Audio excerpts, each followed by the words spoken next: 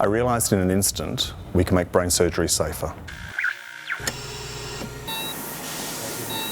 As a medical engineer, I have a background in brain surgery. We were developing these tools for other diseases, and I realised we could give these tools to the brain surgeons. It's like a tiny flashlight that allows the surgeon to see into the brain. One of the big issues in neurosurgery is doing delicate surgery on the brain to preserve brain tissue while we're getting to a tumour or getting to some object in the brain that's dangerous to the patient's survival.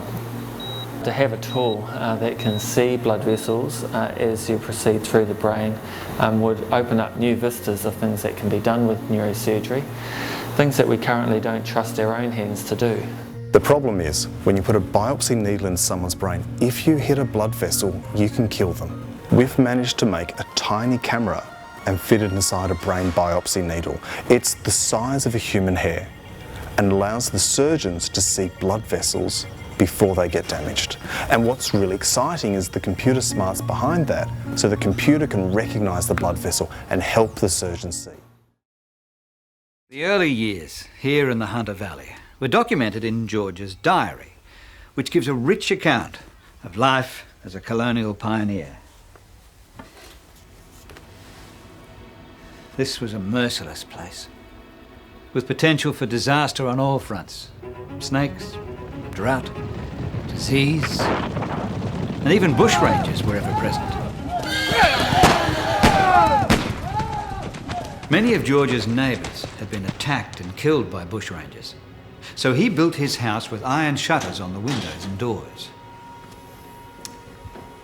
George also kept pistols in the kitchen table, and there were slit holes installed through parts of the house from where rifles could be fired.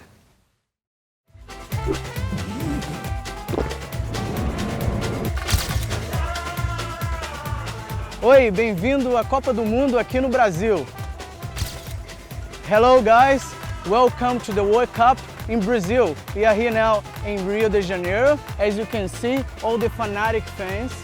There are 1,500 people, 1,500 Aussies. I'm looking forward to it. I'm looking forward to see all these Aussie mates having fun here in Brazil.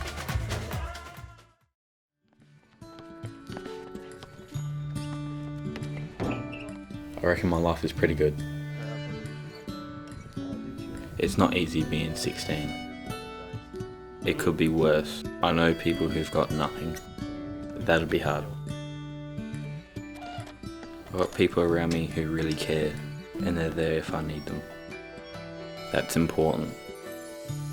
Family's the main thing, I reckon. So I always think what it must be like for the kids when someone around them is feeling worn down. That's why I do respite foster care.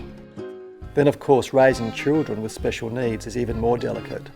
It's challenging on other levels, but actually it's often more satisfying. We love being foster parents because it makes a big difference in these kids' lives. When I was a kid, I had the interests of many young kids. I liked model aeroplanes. I used to make model aeroplanes, and that grew into an interest in model rockets. I made model rockets. When I was in my early teens, in the mid-1960s, the space race was just starting, and humans were venturing to space for the first time. That's the time, I think, where I got the interest in potentially becoming an astronaut. But it was not really a very realistic prospect for a kid growing up in Adelaide.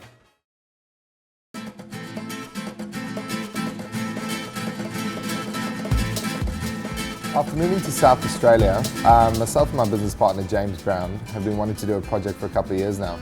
Then the site came up for Africola. You know, the big question was, what type of food do we want to do? What type of place do we want to create at Africola? And I thought, what type of food do I want to be cooking in 10 years?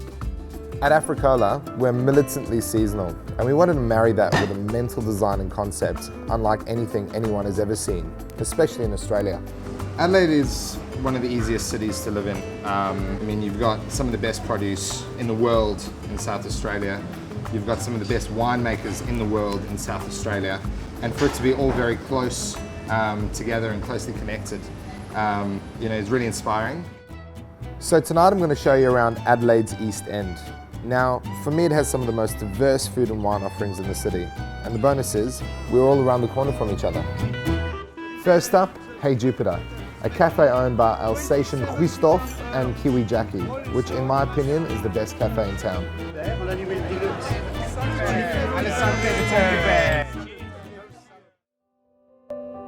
Some people find the most famous writer in the history of the entire planet difficult to read. Well, not in my class. I love Shakespeare.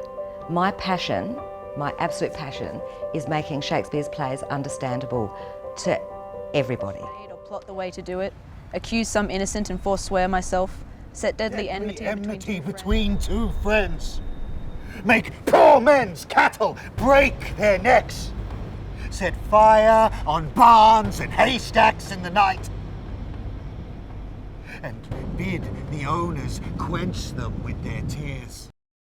All the fish that we sell in our scales are from freshwaters locally caught in South Australia. I truly believe that this is the best seafood in the world.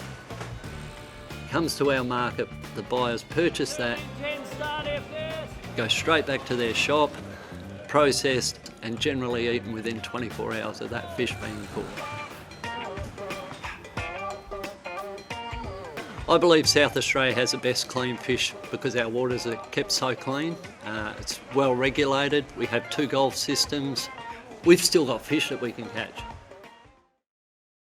Well, I chose to go down the engineering pathway because in high school I took a computer science course, which was great because I could create programs and I can use it and other people can use it.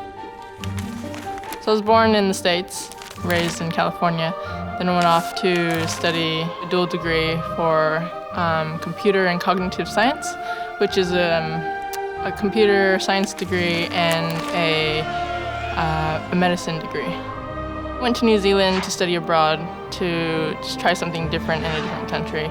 I was able to work on a face recognition program and to see my work be used in a greater context has brought me back into wanting to continue programming.